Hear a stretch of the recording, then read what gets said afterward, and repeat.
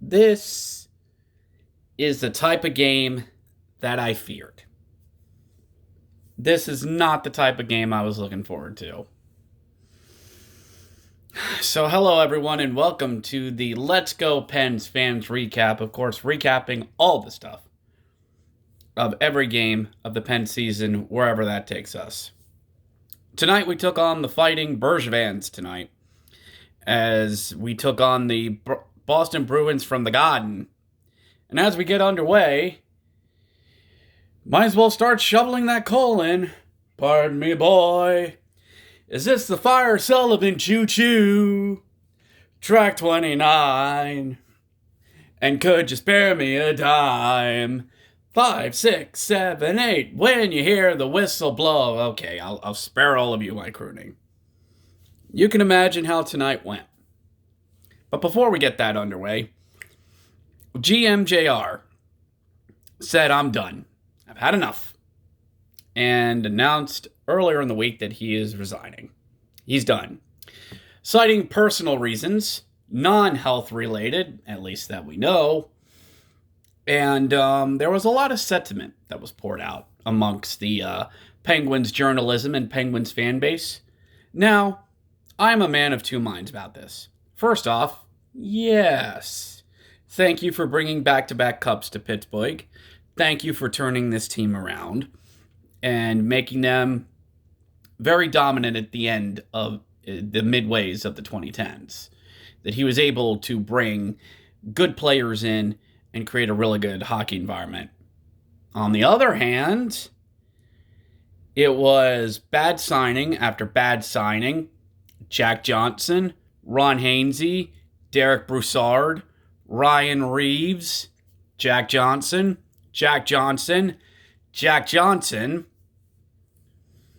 and now Matheson, Cody Ceci. Yeah. Among all the four sports leagues, it's a leagues of what have you done for me lately. And with JR, it was, what the old man do now? What he do now? Instead of really taking a look at the signing and wondering what it's going to do. Also, the man gutted and sacrificed the farm system. It has. I've seen it. So, on the one hand, thank you, JR, for what you've done in bringing back-to-back cups to Pittsburgh. As another YouTuber, Your Eating Tree, have said, if you would have retired in 2018, we would have placed you probably right next to Badger Bob. But now, we're more than willing to say bye-bye. Goodbye. But anyway, let's move on. Let's talk about tonight's game, as it's Pittsburgh and Boston. And early on, it was another slog of a game. A very slow, methodical, excuse me, some food, methodical, low shot quality type game. In other words, a typical Boston Bruins game. And early on, Kevin Churchman, who was, I think, making his debut tonight, that one of the Bruins threw a centering pass off the boards. And there's Churchman right in front of the goalie. He's going to do what any defenseman does. Whack it out of there. Just get out of here. And doesn't appear to get all of it. It goes off more or less the heel of his stick right to a Boston Bruin in front of him.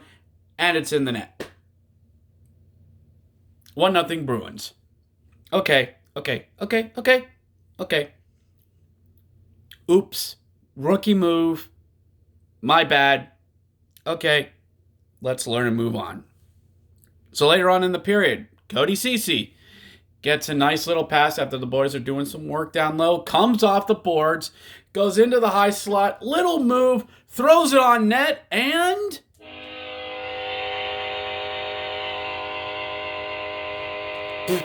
well, somebody put some skill points into sniping this week. Cody Ceci gets one on the board and ties the game at 1. Cody Ceci is tied at the game. Well, it is 2021 now, isn't it? Okay, we're back in this. Good, we're just getting back into it.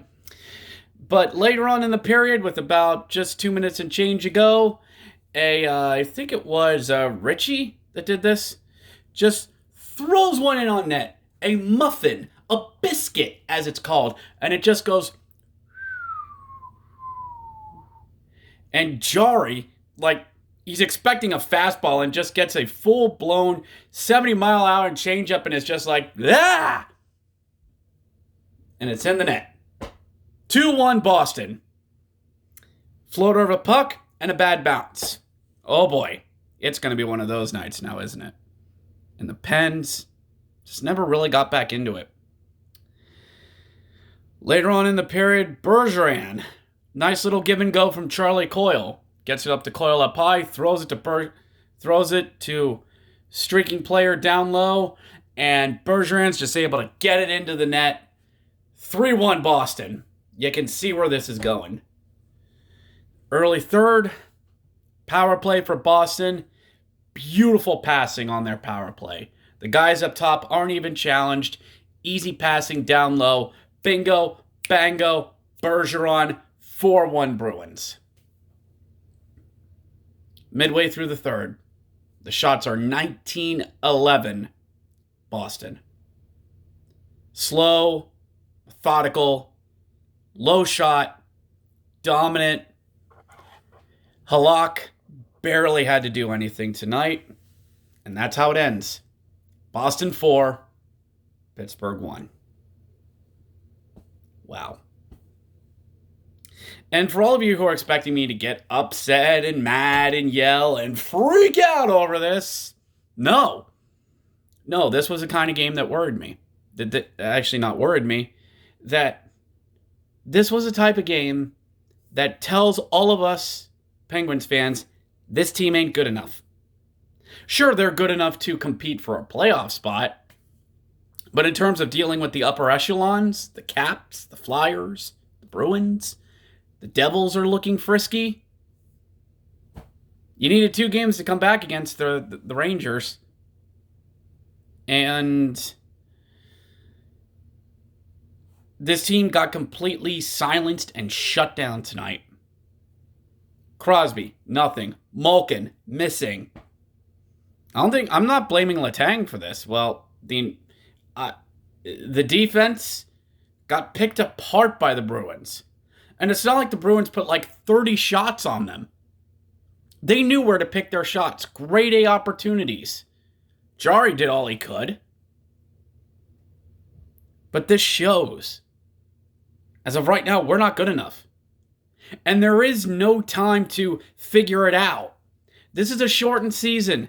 56 games. This is our 4th game in a week. Tomorrow's our 4th game in a week. Wait, is it? No, but you know what I mean.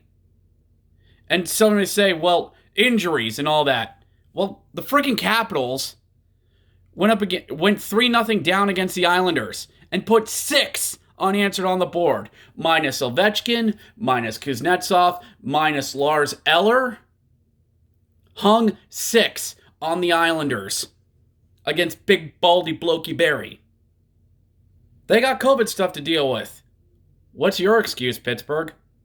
Malkin, in a post-game interview, said, well, we have a bunch of really good guys in the locker room. We have a really good vibe. And I think we need to look in the mirror and figure out what we are. Gino, that's great for reporters to put on Twitter, but you might want to look in the mirror there, buddy boy. A lot of this team has to do that.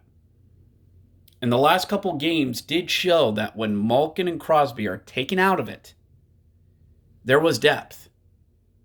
But tonight, everything was taken. Defensive scoring depth ain't there. It's deflating. But you know what? We got to get right back on that horse. We got to get on that bus and go to the corner of 34th and something in New York City, right next to Penn Station, because we're going to the Garden to take on the Fighting Lafrenières, who, by the way, scored his first NHL goal tonight in overtime. I'm more disappointed because I thought that just maybe this team could win the series and get 3 points against the Bruins. But the Bruins just said to little brother, just basically held his hand on his head and say, nope. Because I've seen those type of games on the road in the AHL with the Hershey Bears. That's the type of game you leave angry. We would have left angry, drove out of the arena, drove out of the city, found the nearest Wendy's and say, I'm getting a crispy chicken sandwich and a Frosty.